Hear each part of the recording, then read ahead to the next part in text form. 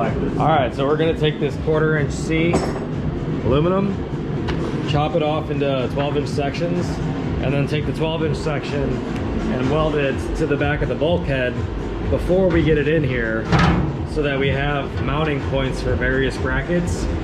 Because I kind of did all this backwards on my boat, right there.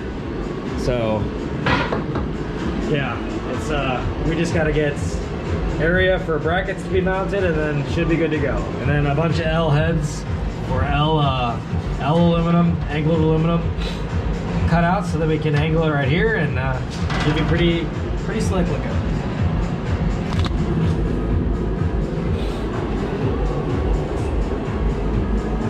All right, we'll get started on that now.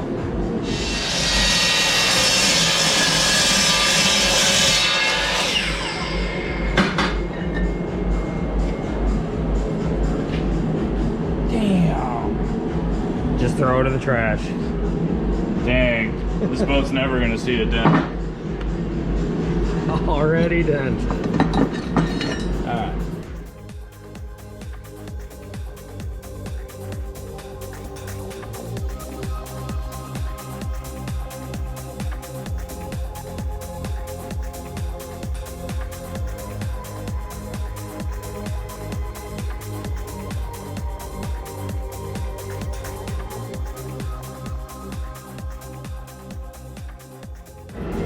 Alright, so that turned out pretty decent. We got these in there. Welds turned out pretty good. Not the greatest, but not the worst. That's 1/4" too, so if we need to drill and tap it for additional mounts, we're just trying to be forward thinking with this one instead of the way I did mine. So that if we do go to mount something else here, we can literally just drill and tap it, and then it's strong enough and thick enough to hold whatever we put there. So for the regulator on that side, we should be good. But now we need to get the ECU mounted up under the gunnel. So what we're gonna do is cut another section of this at 14" for this 1/4", and then weld little plates at the end here, like so that it makes it easy for us to weld it up underneath the gunnel, because our gun nozzle won't fit between the gunnel and here quite so easily. So cut that thing.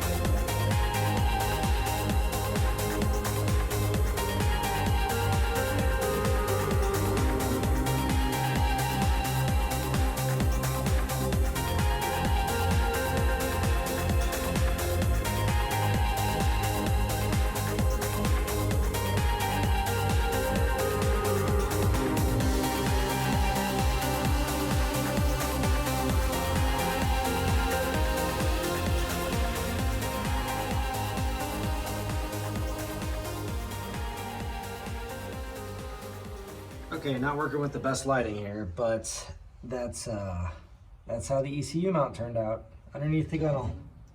So not half bad. Can't even see it, but yep. All right, now we're gonna work on getting the heat exchanger and sand trap mounted. Got plenty of slack?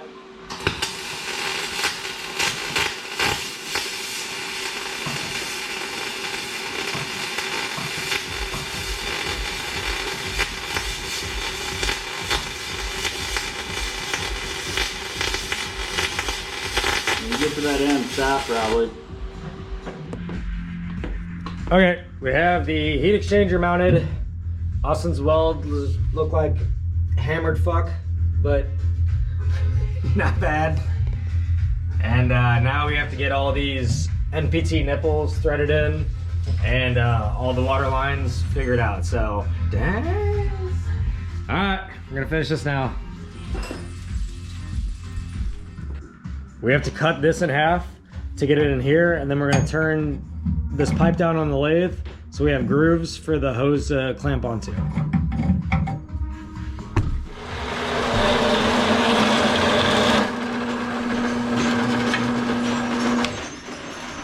Whoops. Dang. Hella nice fitting. Hella nice. We got this turned down on the lathe. Looks pretty all right. Down for what? It still looks straight, Jake. Kind of. You can see Jake perfectly through it. What's up? What's up? All right, so we got a good bit busy and didn't have time to record all this, but we got a line ran through the transom that goes to the jet pump right there, and we got the two little nipples that supply it as well for the bilge, and so that line supplies the sand trap, which filters the water that goes to the heat exchanger for the intercooler and the glycol system as well. So because the Seadoos are closed loop, they have their own coolant that is not river fed, but the coolant has to get cooled somehow. So it goes through this heat exchanger. So nice closed loop cooling system, but that's done. That looks good. P-trap, well not P-trap, but the sand trap looks real decent. And we also got the seat mount done. So we had Zach cut and bend this on his giant brake, and it turned out pretty nice. So just got to cap the ends, and it's a nice seat mount. So yep. All right, well yeah, that's pretty much the end of this video. Short and sweet, and the next part of this is going to be bolting this seat down to the stringer, and I don't know what next. Maybe getting the bulkhead welded in place. So, all right, until then.